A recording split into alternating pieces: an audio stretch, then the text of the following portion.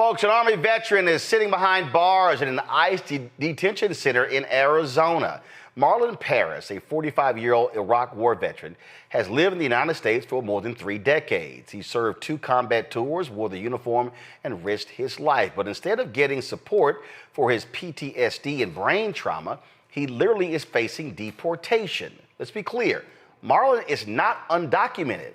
He is a legal, permanent resident with a green card. And after serving a nonviolent sentence years ago, ICE gave him an official letter of no interest, promising he would not be deported because of his military service. Joining us now, James Smith II, founder and co-director of Black Deported Veterans of America, and Tanisha Hartwell-Parris, Marlon's wife. Glad to have both of you here.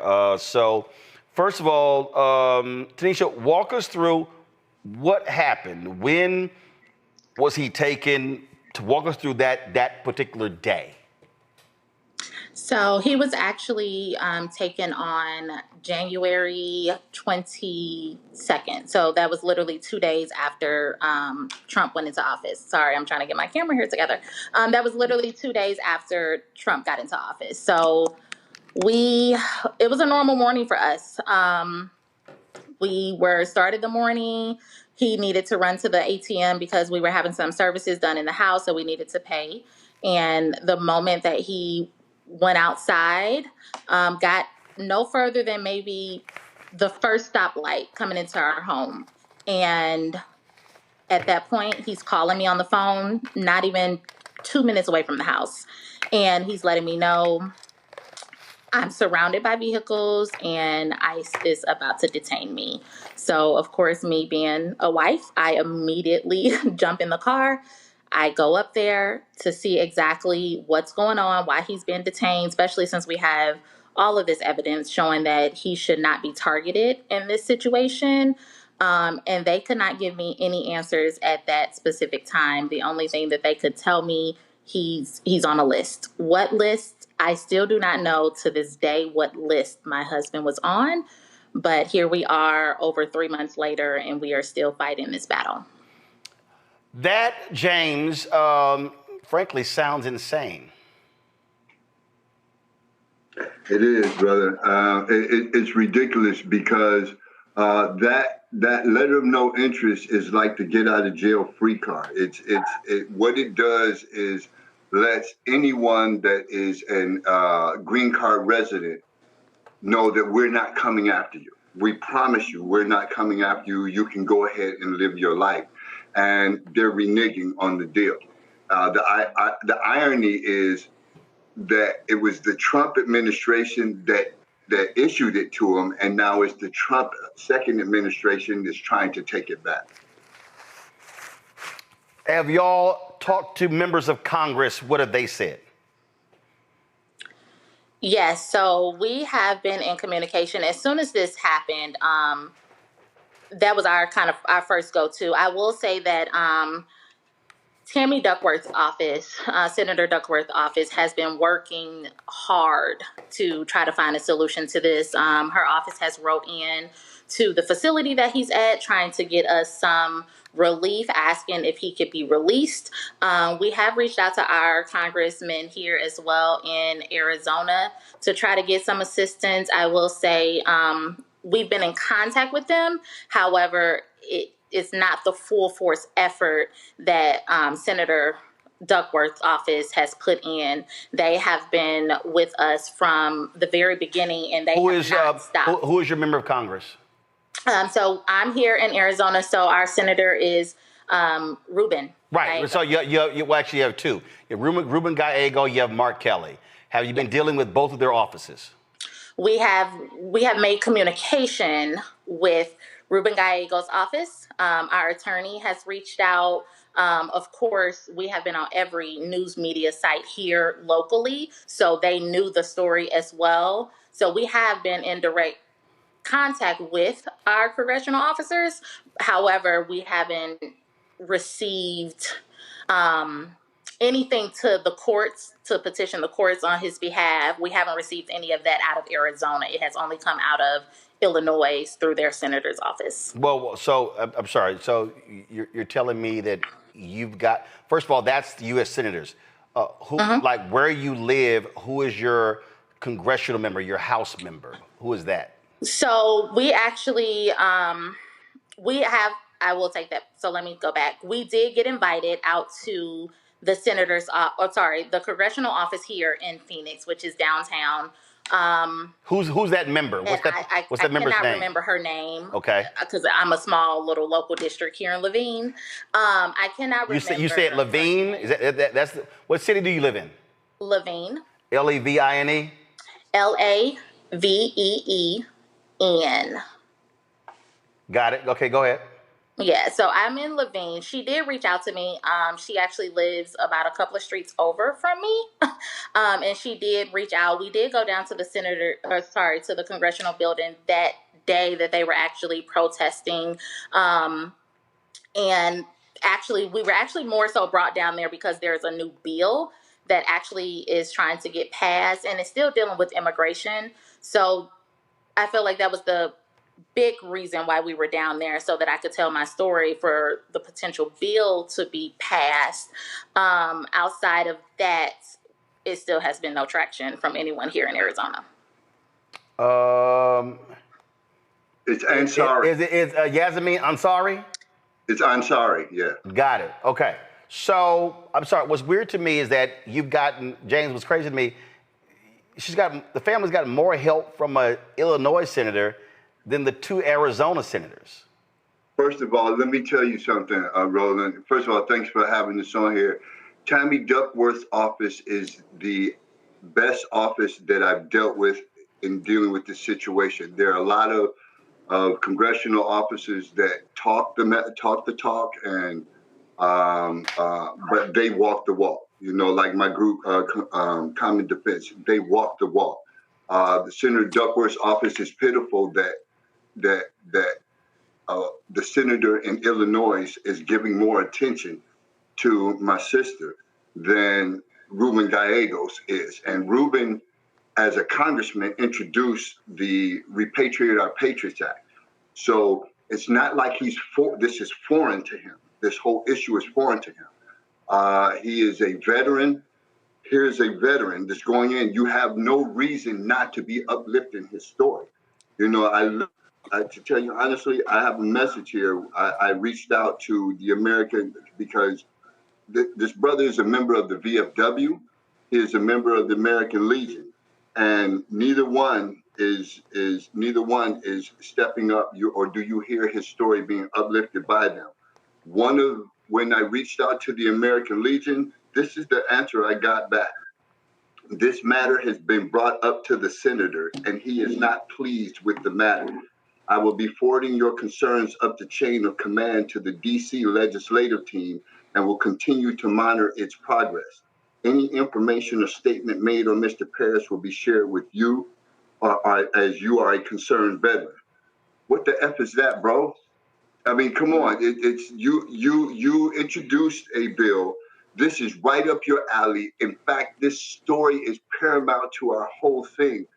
And you don't uplift that story. You're not giving her the support. You haven't even called this sister and made sure that her family is okay, made sure that their situation is okay, made sure that she understands that her congressional office is there to support her. I'm just so blessed that we were able to have the relationship that we have with Senator Duckworth's office, that they were able to at least give her the ability of understanding that somebody in Congress really gives a damn about what's going on with him. That is to me crazy. Anthony, go to my iPad here. Let's see here. All right, so let's see here. Give me 1 second. You know, I don't waste any time doing stuff. So, okay. So I'm about to post this tweet right now. Hey, Ruben Gallego and Mark Kennedy, I'm talking to the wife of veteran Marlon Paris. That this black vet is facing deportation. Why is Senator Duckworth's office doing more to help them than the both of you? I will be calling your offices in the morning. Appreciate that. I mean, what people need to understand is that this is why you have representatives. This is why you have constituents. I mean, when you're a constituent, I mean, that's what you do. You're able to reach out to your member of Congress. That's the House member. You reach out to your United States senators. And it's insane to me that you're getting more support from a senator in Illinois than your two United States senators and your House member. I'll be sending her a tweet. We're going to be calling her as well. So how long did Marlon serve in the military, and what branch was he in? So he was in the Army. He actually got in right before 9/11. So he served almost 7 years total. He did 2 combat tours. So he was in OIF 1 and OIF 3, which is Operation Iraqi Freedom. So he did 2 combat tours in Iraq. And that was pretty much right at the start of the war. Did 2 tours. Real combat. Real combat. Yes. Yeah, unlike J.D. Vance, real combat. This is, James, are there other black vets who are in the same position as Marlon? Yes. Well, currently, because of this thing that they're going after with humanitarian parole, there are veterans that are here that are from Africa, from throughout the Caribbean, from through the Middle East, through Asia, all around. But there are several other veterans that are in danger of being deported and having their families go through what this family is having to go through. And it's, especially those that are from Haiti. We have several members of our organization that are from Haiti, and we're having to do the best to look out for them and the pressure, the anxiety that is coming upon them and exponentially their families. The government looks at these people looks at our veterans as singular entities. So when they're talking about removing Marlon, they're just thinking about Marlon. They're not thinking about Tanisha. They're not thinking about the kids. They're not thinking about the grandkids or any of those things. So, it's a situation that is set up that right now there are several families that are in jeopardy and are a jeopardy of being disenfranchised, and several families that are living on high anxiety. Well, we are going to reach out to the offices of your House member, the 2 United States senators, and demand some answers from them as to why they are not talking to you, helping you out, because to me it is idiotic that individuals have served this country and they are having to deal with this crap from this twice impeached, criminally convicted felon con man with his ridiculous orders. That's not the treatment that veterans should be getting in this country, and so we'll be making those calls. And James, also, I got the challenge coin that you had them give to me. So, y'all, the challenge coin here says, "Thou shall not deport veterans," and so you'll see this with the logo, and then of course on the other side. You see with the salute there as well. So, James, I appreciate that. That goes. I had my collection of challenge coins here in my studio, but then some punk decided to actually steal my one from POTUS. I gotten one, and I only had it here for like 2 weeks. And I have one that I got for the vice president too. So I said, no, I ain't gonna have that happen. So I said, all my challenge coins are at my house, not in the studio. So I appreciate the challenge coin. And again, we're gonna definitely make the calls tomorrow, folks. There's a GoFundMe page for this family. Pull it up right here. You can actually see it as well, folks. They have the information there. Listen, we are always focusing on these stories. Unfortunately, mainstream media, they sometimes do this, sometimes they do not. They don't necessarily give it the kind of attention that they actually need. But this is what we do all the time. And so far, their target goal, folks, is $15,000, and they've raised 1,661. So what you should do is, if you go to GoFundMe, type in "Rally for Marlon Paris, Veteran and Father," and then that GoFundMe page will come up. Let's help this family hit this goal of $15,000, because again, when you have a loved one, a spouse who's not in the home, there are expenses they have to incur, and so we want to make sure that they get help. So again, folks, rally for Marlon Paris, Veteran and Father. So please go to GoFundMe, donate if you can. Tanisha, James, we appreciate it. Thank you so very much. Keep up the fight and keep us abreast what happens. Absolutely. Yes, sir. Thank you very much. And please don't forget to reach out to the VFW and the American Legion. He is a member of each one of those organizations. Okay. They use him as their strength of membership. They need to take care of him because he is one of their members. Gotcha. So we got VFW. So they got VFW HQ. You said American Legion? Yes, sir. Okay, that's the American Legion. All right. So let me send them tweets too. I ain't got a problem. Hitting folk. They ain't a problem at all. So all right, we'll do it. Thank you. I so appreciate much it. for taking the time to share our story. Thanks a lot. Y'all be well. Bye. Right. Thank you. Look at my panel here. Joe, it's insane. It's insane to see what this idiot 2 blocks from us is doing, what the pain that he is bringing to families, how it's unorderly, it's just haphazard, it's all over the place.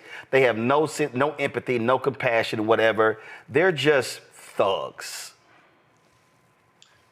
Well, yeah, I mean, they have this goal to deport 1 million people this year, which is probably impossible. And what's really bad is when your word gets to a place where it's no good, right? He was told particular things.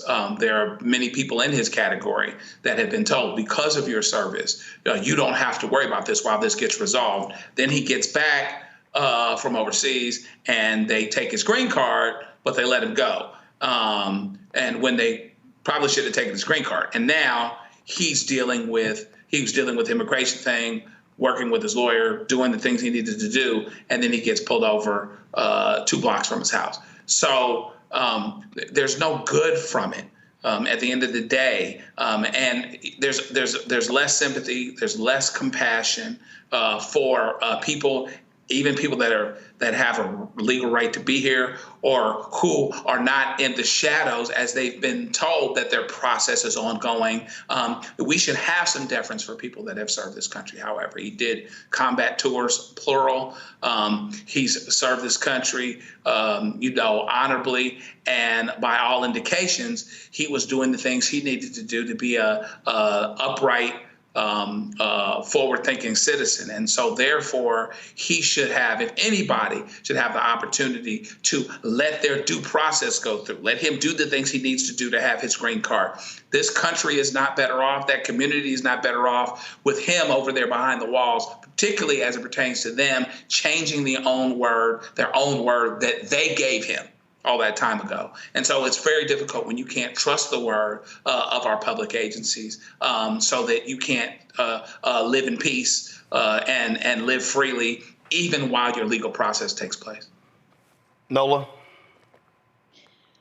This is very concerning. It is a national security concern. It is a values concern. It is a human rights concern. This does nothing to incentivize people to join the military, which definitely makes it a national security concern. When we are already mired in situations, particularly, I'll give one example with Afghanistan. I worked on a mission for 2 years after Afghanistan fell, trying to get our DOD colleagues out of Afghanistan safely to the United States because we told them that's what we were going to do. And a special parole program was set up for them. But in many instances, we have not kept our word. So when you're talking about this case, it is yet another example of the United States not keeping its word to veterans, not keeping its word to our allies who absolutely risk everything in places like Afghanistan, because there's no way that we can operate in those places without civilians who really, sacrifice a lot. And this particular case highlights where we are right now, the danger that the United States is in reputationally about not keeping its word. Now, I can't even begin to imagine what this particular case is doing for that family. And Roland, I'm just so happy you pulled out your phone and you tweeted at those people, because they have been going through this since January, and they are still going through this without congressional support. That there is no excuse for that. So kudos to you for truly using your star power, your platform to really make a difference that way. But I, as a national security person who has a huge affinity for veterans, I am very worried about the United States not keeping its promises. It is just insane. But this is what they want. They revel in chaos. They want this to happen. They love this. MAGA loves this. They don't care if these families are going through hell, having their loved ones sitting in ICE detention centers. Right. No, they do not, Roland. You're making the exact point, the point that has to be made. This is their strategy. It's chaos. I embrace it, and I'll tell you why, very simply. I embrace it because either the law means something or it doesn't. If it doesn't, go in that direction. And world history shows us that when you go in the direction, since the law doesn't mean anything, they will lose. Because what you will do is then not only send the message, but the message will have been received that there's no law. And then what they'll find out is that would probably be the worst thing that they could experience. But if the law means something, then the law means something. And what do I mean by that? It's not just a truism. Just going right along with what Dr. Nola said, I'm sitting there with 1,000 graduates today from the College of Arts and Sciences at Howard, and in their celebration ceremony, the graduation, the ritual will be on Saturday. Among them were young people getting their commissions in the United States Army and the United States Air Force. And I sat there and watched those young people, and I watched the officers that had been dispatched to Howard to supervise those things.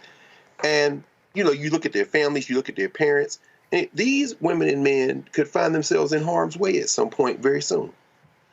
Why in the hell would I put on a funky-ass uniform for a criminal enterprise like the United States of America when I'm going somewhere overseas with a target on my back? I wouldn't do it. I wouldn't want my niece and nephew to do it, or any child I know, or any of those young people I saw today. So then what is the defense? The defense is an offense. And like you said last night, Common Defense there with you in conversation. Common Defense has called for the restoration of this man's green card, for him to be released, and for a promise from the Trump administration not to repeat this or to send veterans out of the country. But like you said, Joe, if your word isn't worth the paper it's written on, that's fine. I'll tell you why it's fine. Because either the law means something or it doesn't. It's time to stop trying to defend ourselves on technicalities or defend ourselves by keeping our nose clean, but by defending ourselves by saying there is a law. They said, well, this guy wasn't a guy. I can see doggone Christy Nolan with that punk Tom Holman who's just loving it as the puff venom just explodes his face outward toward us, sending his thugs in to harass people and arrest people. I can just see them saying, well, the guy was selling drugs. Hey.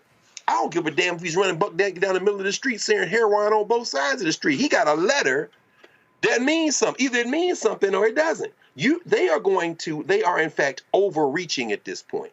And they are so drunk with their perception of what power is, they want to put a surgeon general in place who never finished a residency, ain't never practiced medicine in her life. They want to put people in positions. You want to put Jenny Perro in terms of being the top attorney in the District of Columbia? Let me be very clear about this. Patty Murray, Senator Murray in Washington, asked that punk who's over the FBI today, you are out of compliance. The law says you got to submit a budget. Where is it? I don't know. When are you going to turn it in? I don't know. We're not going to have any hearings until you turn in this document. You, sir, are out of order and out of your legal obligation. Stop trying to defend our common humanity to these people who don't care and run over them with the fact that either there is a law that you are out of compliance with, which means contempt of all kinds of orders, whether it be contempt of court, contempt of the policy making, at which point we activate other mechanisms, or there ain't no law, and you're not going to like that alternative, my friends. Folks, you heard Greg talk about Ed Martin. Go to my iPad.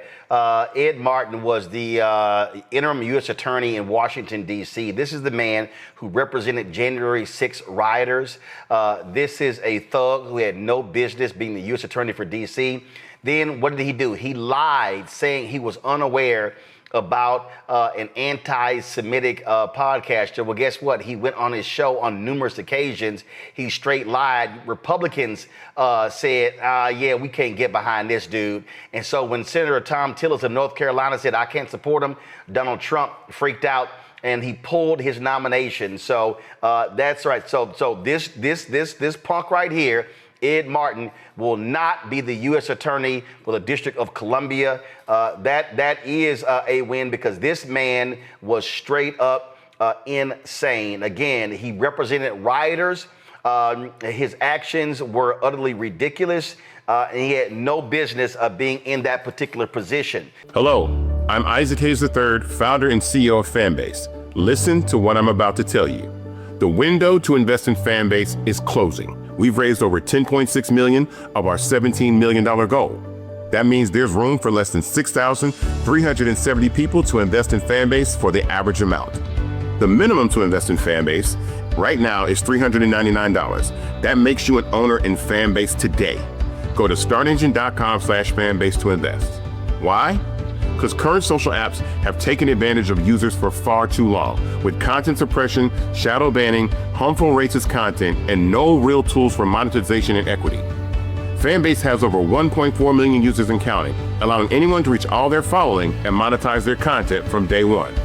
Social media is the new TV, and whoever owns the apps that distribute that content have the opportunity to own potential billion-dollar companies. While big platforms with uncertain futures are failing to serve their users, Fanbase is stepping up to fill the gap. Don't wait until it's too late. Invest now, invest for yourself and your future. Go to startengine.com/fanbase and own the next generation of social media.